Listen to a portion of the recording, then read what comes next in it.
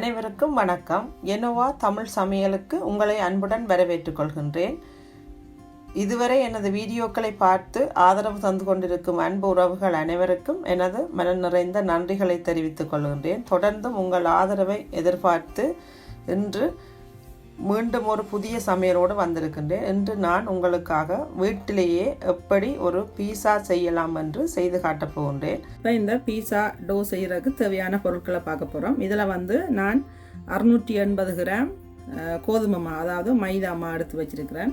அதில் 2 தேக்கரண்டி உப்பு இருக்குது. இதில் மற்றது 4 மேசக்கரண்டி ஒலிவ் ஆயில், 3 தேக்கரண்டி ஈஸ்ட் எடுத்து வச்சுருக்கிறேன். இங்கே 3 மேசக்கரண்டி சீனி, மற்றது இங்கே 1/2 கப்பு ஓம் வாட்டர் எடுத்து வச்சுருக்கிறேன்.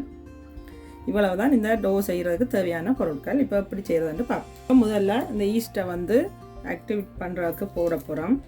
அதுக்கு நான் முதல் இதில் எடுத்து வச்சுருக்கிற இந்த சீனியில் 1 மேசக்கரண்டி சீனி போடுறேன். கூடவே இந்த எடுத்து வச்சுக்கிற ஈஸ்ட்டையும் போட்டுட்டு ரெண்டையும் நல்லா ஒருக்கா கலந்து விட்டுட்டு இந்த எடுத்து வச்சுருக்கிற 1/2 கப்பு ஓம் வாட்டரை இதுக்குள்ளே விட்டு நல்லா மிக்ஸ் பண்ணி ஒரு சைட்டில் நாங்கள் இதை மூடி வைப்போம்.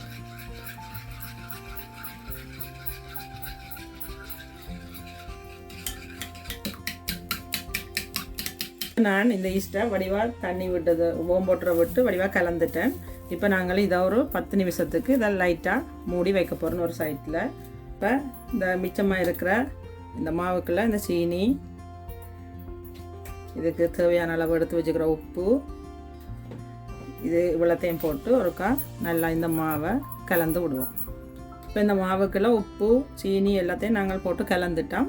இனி இதில் எடுத்து வச்சுருக்கிற இந்த ஒலிவ் ஆயிலை விட்டு நல்லா இந்த மாவோடு சேர்த்து கலக்க போகிறேன்.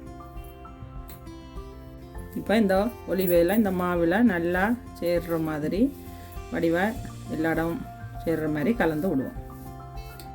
இப்போ பார்த்திங்கன்னா இந்த ஈஸ்ட் நான் 10 நிமிஷமாக இப்படி போட்டு வச்சது இப்படி இவ்வளவு பொங்கி வந்துட்டு இப்போ நான் இந்த மாவுக்குள்ளே போட்டு இதை மிக்ஸ் பண்ண போகிறேன். முதல்ல இந்த மாவை நடுவில் ஒரு இடம் எடுத்துட்டு அதுக்குள்ளே நாங்கள் இதை ஈஸ்ட்டை நான் போட போகிறேன்.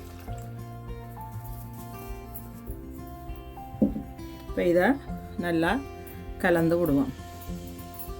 இப்போ இது ஒரு சப்பாத்தி பதத்துக்கு நான் இதை ரெடி எடுத்துட்டேன். ஒருவேளை இந்த 1/2 கப்பு தண்ணி உங்களுக்கு காணாமல் இருந்தால் நீங்கள் லேசாக தண்ணியை தெளித்து நீங்கள் இதை இப்படி பதத்துக்கு குழைச்சி எடுக்கலாம்.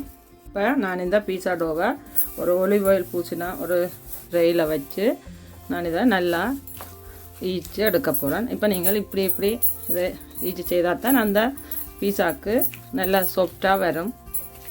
இப்படி ஒரு 10 நிமிஷத்துக்கு நீங்கள் இதை நல்லா பிசைஞ்சு எடுக்கணும்.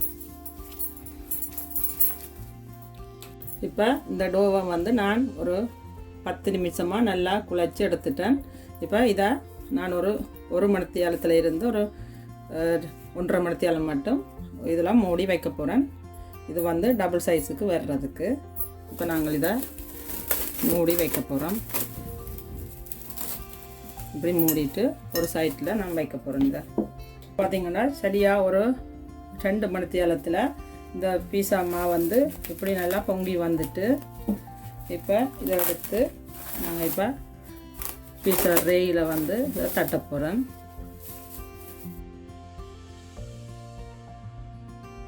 நல்லா வடிவாக பொங்கி அந்த பீஸா மாவை எடுத்து நான் சரியாக ஈக்குவலாக 2 பீஸாவுக்கு அளவாக நான் இதை வெட்டி எடுக்க போகிறேன். என்னடா நான் இப்படி பெரிய ரேயில் தான் இதை வைக்க போகிறேன். அப்போ 2 பீஸாக்கு அளவாக நான் இதை போடுறேன். உங்களோட ரேக்கு அளவாக நீங்கள் மாவை சமனாக பிடிச்சி எடுக்கணும். இப்போ 2 சமனான உருண்டைகளாக நான் உருட்டி எடுத்துட்டேன். இப்போ எப்படி பீஸா இந்த ரேயில் தட்டுறேன்னு பார்ப்போம். இப்போ நான் இந்த பீஸா ரேயில் இந்த ஆயிலை ஸ்ப்ரே பண்ணிவிட்டு இதில் அதை 2 பிடிச்சி வச்சுக்கிற ஒரு பங்கு மாவை எடுத்து இதில் வச்சு தட்ட போகிறேன்.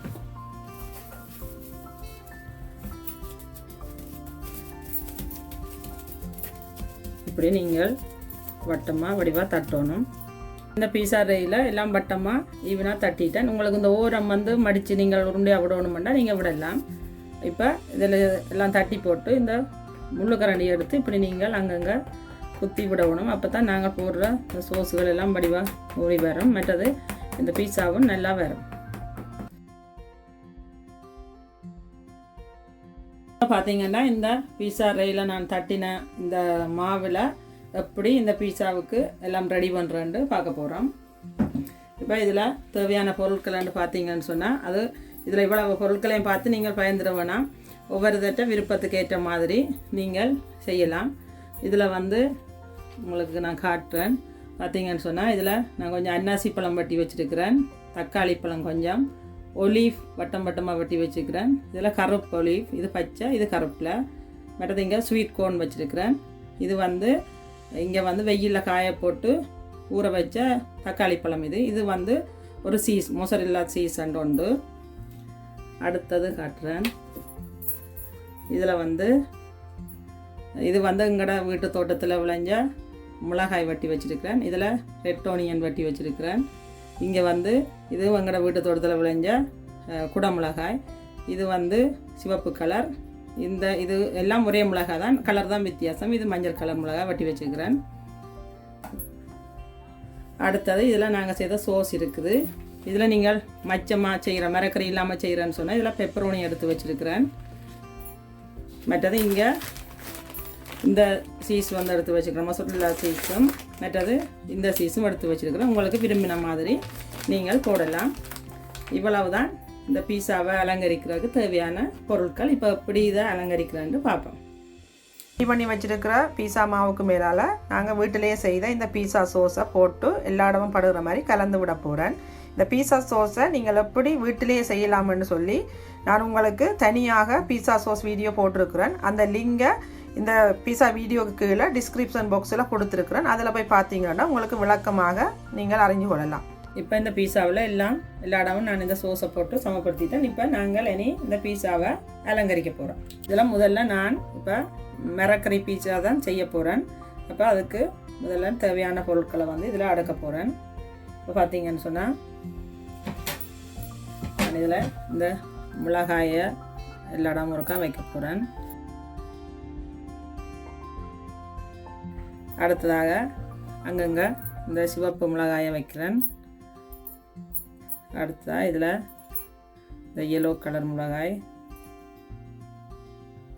அடுத்ததாக இதில் இந்த ரவுண்டுகளுக்கு நான் இதில் மச்சம் ஒன்றும் போடாதபடியாக இந்த மொசரில்லா சீஸை வந்து வைக்கிறேன். நான் இனி இந்த கருப்பு ஒலிவ் இருக்குது, இது வைக்கிறேன். எல்லா இடமும் கருப்பு ஒலிவ் அடிக்கிட்டேன். இனி இந்த பச்சை ஒலிவை வந்து வைக்க போகிறேன். இப்போ இந்த கருப்பு ஒலிவு பச்சை ஒலிவு எல்லாம் அடிக்கியாச்சு. அடுத்ததாக இந்த குடமிளகாய் வந்து அங்கங்கே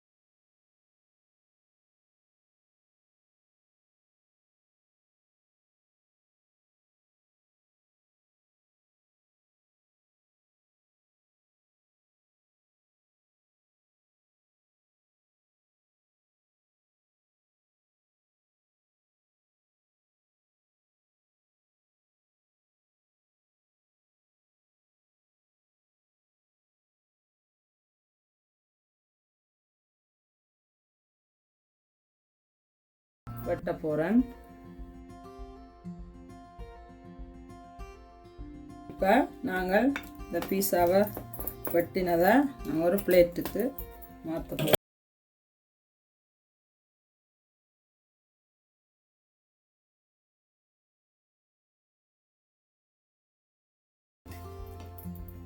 இதுக்கு நான் வந்து சீஸ் வந்து கொஞ்சம் குறையத்தான் போட்டுனா, நீங்கள் உங்களுக்கு வேணுமென்று சொன்னால் நீங்கள் சீஸ் இன்னும் கொஞ்சம் கூட போட்டு செய்யலாம்.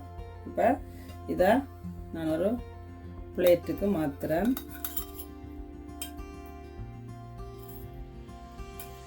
பார்த்தீங்கன்னா எவ்வளவு நல்ல சாஃப்டான பீஸா ரெடி ஆகிட்டு. இப்போ மரக்கறி பீஸா செய்து முடிச்சுட்டு இப்போ பெப்பரோனி பீஸா செய்ய போகிறோம். இப்போ அது இந்த மாவெல்லாம் இதில் ரெயில் போட்டு தட்டிட்டேன். இப்போ நான் இந்த ஓரம் வடிவாக வரணுமென்றதுக்காக இப்படி கையால் இப்படி அமர்த்தி வச்சுருக்கிறேன். அதே மாதிரி நீங்களும் செய்தீங்கன்னா அந்த கரகு வந்து நல்ல வடிவாக வரும். இப்போ இனி இந்த போக்கால் இதை இப்படி குத்தி விட போகிறேன். இப்போ இந்த பெப்பரோனியெல்லாம் நான் அடுக்கிட்டேன். இதுக்கு மேலால் நான் இந்த சீஸை போட்டு விடுறேன். இதோ நாங்கள் வெட்டின இந்த பீஸா வந்து எப்படி ரெடியாக இருக்குன்னு பாருங்கோ. இப்படி நல்லா சீஸியாக வடிவாக வந்திருக்கு.